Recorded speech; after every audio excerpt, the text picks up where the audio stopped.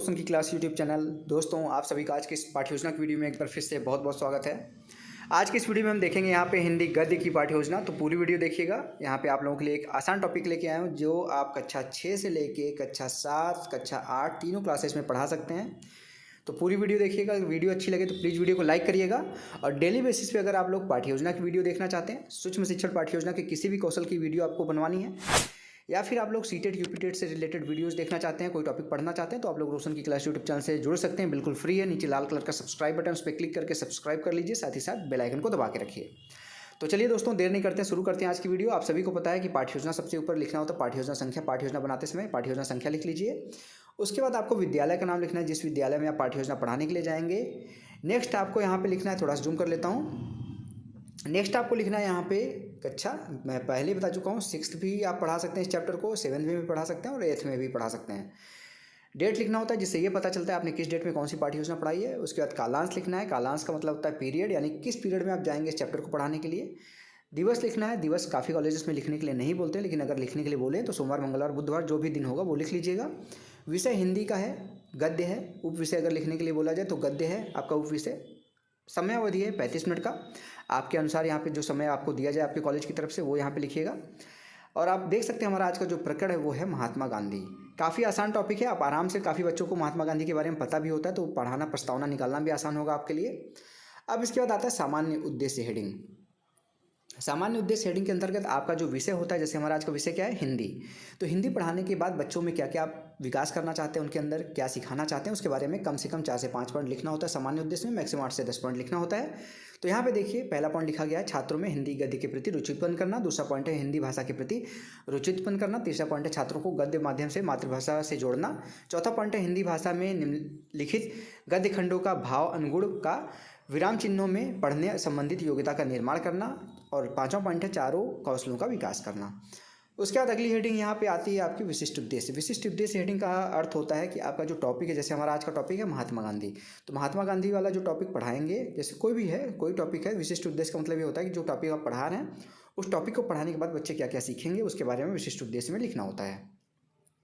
तो यहाँ पे देखिए, पहला पॉइंट लिखा गया है छात्रों को गांधी जी के विषय में जानकारी देंगे। दूसरा पॉइंट लिखा गया है छात्र गांधी जी के संपूर्ण, यहाँ पे संघर्षपूर्ण जीवन के बारे में जान पाएंगे। थर्ड पॉइंट लिखा गया छात्र महात्मा गांधी जी के नियमों को अपने जीवन में उतार पाएंगे। अब आता है उसके बाद सहायक सामग्री हेडिंग। सहायक सामग्री में देखिए लिखा गया है चौक, डस्टर, श्यामपट्ट, संकेतक। सहायक सामग्री का मतलब होता है शिक्षण कार्य करने के लिए टीचर किस किस सामग्री की सहायता ले रहा है, उसी को कहते हैं सहायक सामग्री। उसके बाद अगली हेडिंग है पूर्व ज्ञान। पूर्व ज्ञान में देखिए लिखा गया है सभी छात्र गांधी जी के विषय में सामान्य जानकारी रखते हैं। तो अब आता है लेसन प्लान का सबसे इंपॉर्टेंट हेडिंग, यहाँ पे प्रस्तावना प्रश्न। प्रस्तावना प्रश्न को आप ऊपर भी लिख सकते हैं, प्रस्तावना प्रश्न बीचों बीच लिखे, ज़्यादा अच्छा लगेगा। यहाँ पे भी लिखेंगे तो कोई गलत नहीं है। उसके बाद आपको 3 कॉलम बनाना है। क्रम संख्या के यहाँ पे कॉलम बना लीजिए, क्रम संख्या का, छात्र अध्यापक क्रिया, छात्र क्रिया। कम से कम 3 प्रश्न पूछ के अपना प्रकरण निकलवाना होता है। ज़्यादा से ज़्यादा 5 से 6 प्रश्न पूछा जा सकता है अपना प्रकरण निकलवाने के लिए। प्रश्नों के क्रम में क्रमबद्धता होनी चाहिए प्रस्तावना में, यानी कि पहले प्रश्न का जो उत्तर आएगा उससे दूसरा प्रश्न बनेगा, दूसरे प्रश्न का जो उत्तर आएगा उससे तीसरा प्रश्न बनेगा। तो यहाँ पे देखिए, पहला प्रश्न है हम किस देश में निवास करते हैं। तो कोई भी बच्चा हो, चाहे कक्षा 6 का बच्चा हो, चाहे कक्षा 7 का हो, चाहे कक्षा 8 का हो, सभी बता लेंगे कि भारत। इस क्वेश्चन का आंसर बहुत आसान था, हम किस देश में निवास करते हैं, बच्चे बोलेंगे भारत में। दूसरा प्रश्न पर फिर बनेगा भारत कब आज़ाद हुआ, तो बच्चे बोलेंगे 15 अगस्त 1947 को। फिर तीसरा प्रश्न यहाँ पे बनेगा 15 अगस्त 1947 से हम क्या मनाते हुए आ रहे हैं, या फिर यहाँ पे इस क्वेश्चन को थोड़ा सा अपडेट भी कर सकते हैं कि 15 अगस्त को हम कौन सा दिन मनाते हैं, तो बच्चे बोलेंगे स्वतंत्रता दिवस मनाते हैं। चौथा क्वेश्चन है भारत को स्वतंत्रता दिलाने में किसकी मुख्य भूमिका मानी जाती है। तो यहाँ पे इस तरीके से क्वेश्चन भी पूछ सकते हैं, वहाँ पे महात्मा गांधी आपको आंसर जरूर मिलेगा, कोई ना कोई बच्चा जरूर बोलेगा। या फिर इस क्वेश्चन को इस तरीके से भी बोल सकते हैं भारत को स्वतंत्रता दिलाने में किन किन स्वतंत्रता सेनानियों ने महत्वपूर्ण भूमिका निभाई। तो वहाँ पे अलग अलग स्वतंत्रता सेनानियों के बारे में पता चलेगा। भगत सिंह कोई बोलेगा, कोई चंद्रशेखर आज़ाद बोलेगा, कोई महात्मा गांधी बोलेगा, कोई सरदार वल्लभ भाई पटेल बोलेगा, कोई भीमराव अम्बेडकर बोलेगा। अलग अलग स्वतंत्रता सेनानियों के नाम यहाँ पे मिलेंगे। आपको अपने पाठ्य जो प्रस्तावना है उसके अनुसार यहाँ पे लेके चलना। तो महात्मा गांधी पिक करिए वहाँ से और अपना अगला क्वेश्चन बनाइए। महात्मा गांधी जी के विषय में आप क्या क्या जानते हैं, तो बच्चे इसको थोड़ा बहुत तो जानते ही हैं महात्मा गांधी जी के बारे में, तो संभावित उत्तर देंगे। ज़्यादा नहीं बता पाएंगे, इसलिए यहाँ पे समस्यात्मक भी लिख दीजिए, समस्यात्मक प्रश्न हो जाएगा। समस्यात्मक प्रश्न जैसे होगा अपना उद्देश्य कथन बोलेंगे आप। देखिए उद्देश्य कथन यहाँ लिखा गया है, प्रिय छात्रों, आज हम महात्मा गांधी पर विस्तार से अध्ययन करेंगे। अब बच्चों को पता चल गया कि आप महात्मा गांधी के बारे में उनको पढ़ाने वाले हैं, तो इसके बारे में स्टार्ट कर सकते हैं पढ़ाना। उसको पढ़ाने को स्टार्ट करने को हेडिंग कहते हैं प्रस्तुतिकरण। यहाँ पे देखिए प्रस्तुतिकरण लिखा गया, इसको यहाँ पे ऊपर भी लिख सकते हैं प्रस्तुतिकरण बीचों बीच। इसको यहाँ पे 4 कॉलम में डिवाइड किया गया, शिक्षण बिंदु, छात्राध्यापक क्रिया, छात्र क्रिया और श्यामपट कार्य। प्रस्तुतिकरण में छात्राध्यापक क्रिया में देखिए यहाँ पे महात्मा गांधी जी के बारे में बताया गया है। भारत देश प्राचीन समय से अन्य कई वंशों का गुलाम रहा है, लेकिन आज़ादी से पहले भारत अंग्रेज़ों का गुलाम था। भारत को आज़ादी दिलाने में कई लोगों ने आंदोलन किए हैं, उनमें से सबसे मुख्य भूमिका महात्मा गांधी जी ने की थी। महात्मा गांधी जी का जन्म 2 अक्टूबर 1869 में पोरबंदर, जो गुजरात में वहाँ पे हुआ था। उनके पिता का नाम करमचंद गांधी था और माता का नाम पुतलीबाई था।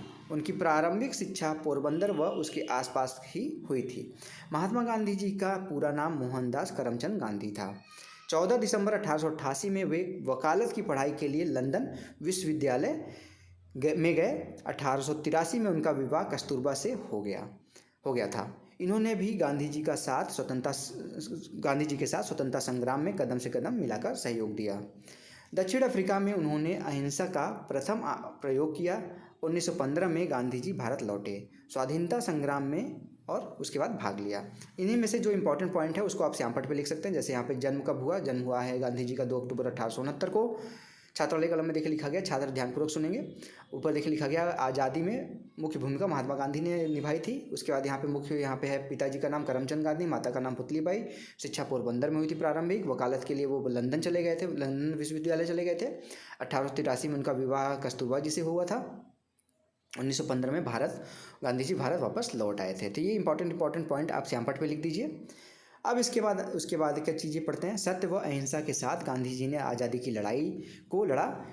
उन्होंने स्वराज की मांग की थी। वह अनुसूचित जातियों को उद्धार दिलाया था। इन्होंने जाति पाति ऊंच नीच के भाव को कम किया। अंत में अंग्रेज़ों की गुलामी से आज़ादी दिलवाई। रविन्द्रनाथ टैगोर ने गांधी जी को महात्मा की उपाधि दी थी। ठीक है। गांधी जी की पुस्तकें यहाँ पे, पहली पुस्तक है हिंद स्वराज, दूसरी है सत्य के साथ मेरा प्रयोग।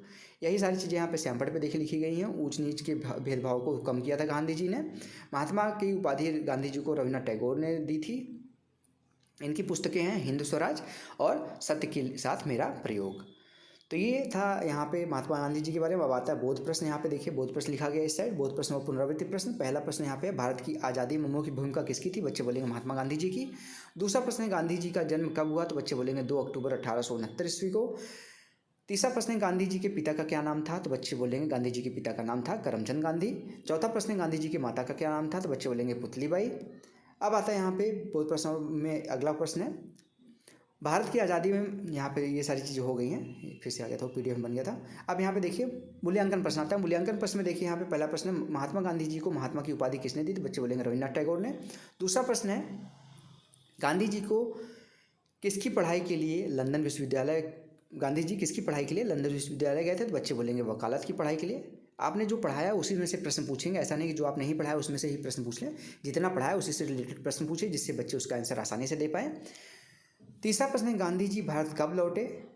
तो बच्चे बोलेंगे 1915 ईस्वी में। चौथा प्रश्न है गांधी जी ने अहिंसा का प्रथम प्रयोग कहाँ किया? बच्चे बोलेंगे गांधी जी ने अहिंसा का प्रथम प्रयोग अफ्रीका में किया था। पांचवा प्रश्न है यहाँ पे गांधी जी की एक पुस्तक का नाम बताइए? तो बच्चे बोलेंगे हिंद स्वराज।